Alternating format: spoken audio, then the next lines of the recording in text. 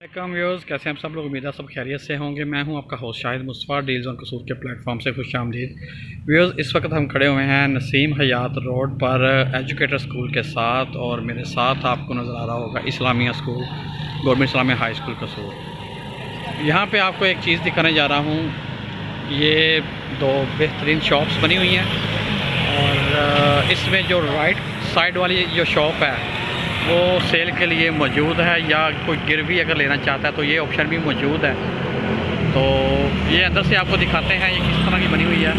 तो आपको ये इसकी पार्किंग दिखा देते हैं, और साथ ही आपको ये करीब से दिखा देते हैं। बहुत बेहतरीन शॉप है, और इसके बैक पर आप देख लें एक खाली प्लॉट अवेलेबल है। अगर कोई बंदा चाहेगा कि वो उसको बैक से भी कटिंग मिल जाए थोड़ी सी, तो वो भी आपके लिए ऑप्शन अवेलेबल होगी।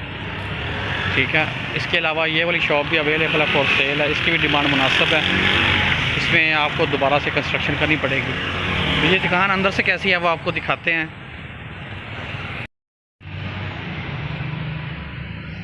ये तो व्यूज़, ये आप देखें कि सिर्फ सीलिंग का काम होने वाला, बकाया पेंट शेंट सारा हुआ है, वाइट वाश हुआ है, और इसकी हाइट काफ़ी ज़्यादा है। अगर आप सीलिंग 1-1 फुट 1.5 फुट भी करते तब भी आपकी हाइट काफ़ी बच जाएगी।